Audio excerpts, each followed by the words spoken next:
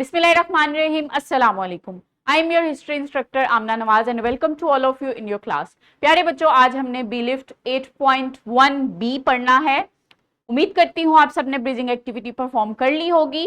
Very good. Let's move towards our learning outcome. आज का जो लर्निंग आउटकम है वो एक कंटिन्यूअस लर्निंग आउटकम है. आज के लर्निंग आउटकम में हमने पॉलिटिकल और एजुकेशनल कंट्रीब्यूशन देखनी है of sir Syed Ahmad Khan in political awakening of Muslims. Let's move towards our focus.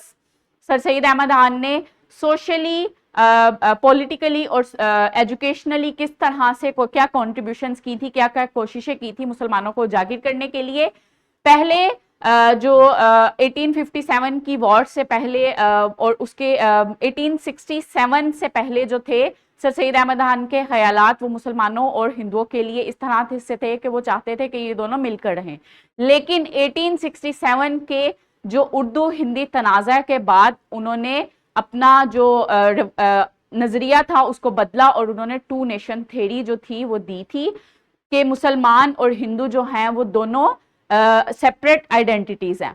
उसके अलावा जो है उन्होंने स्ट्रेटजी अपनाई थी ब्रिटिश लॉयल्टी के लिए कि वो मुसलमानों को उन्होंने फोकस करवाया था एजुकेशन के लिए ताकि वो पॉलिटिकली आगे हो सकें और उनको मार्जिनलाइज्ड ना किया जा सके इन इंडियन अथॉरिटी, क्योंकि इंडियन मेजॉरिटी, क्योंकि इंडियन जो थे वो मेजॉरिटी में थे और मुसलमानों को मार्जिनलाइज्ड कर दिया जाता था क्योंकि वो कम भी थे और वो एजुकेटेड भी नहीं थे.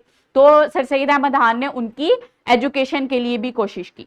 इसके अलावा जो है उन्होंने पॉलिटिकल राइट्स के लिए भी उनके काम किया कि उन्होंने सिक्योर किए उनके पॉलिटिकल राइट्स, क्योंकि वो बिलीव करते थे कि अगर उनकी माशी और उनकी माशरती हालत जो है वो बेहतर हो जाएगी तो वो पॉलिटिकली भी उठेंगे. और उन्होंने इसीलिए जो उनकी माशी हालत थी उसको और उनकी एजुकेशन को एडवांस किया था.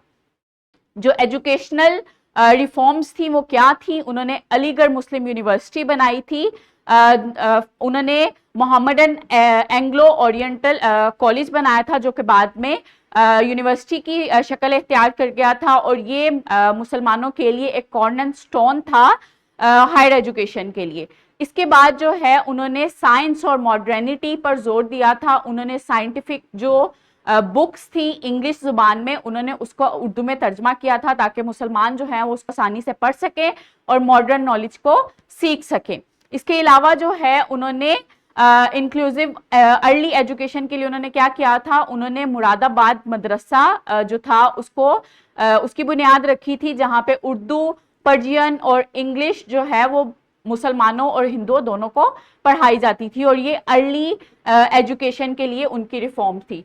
So my dear students, that's over here. The next one is your formative check जो कि आपने अपनी बुक पे परफॉर्म करना है.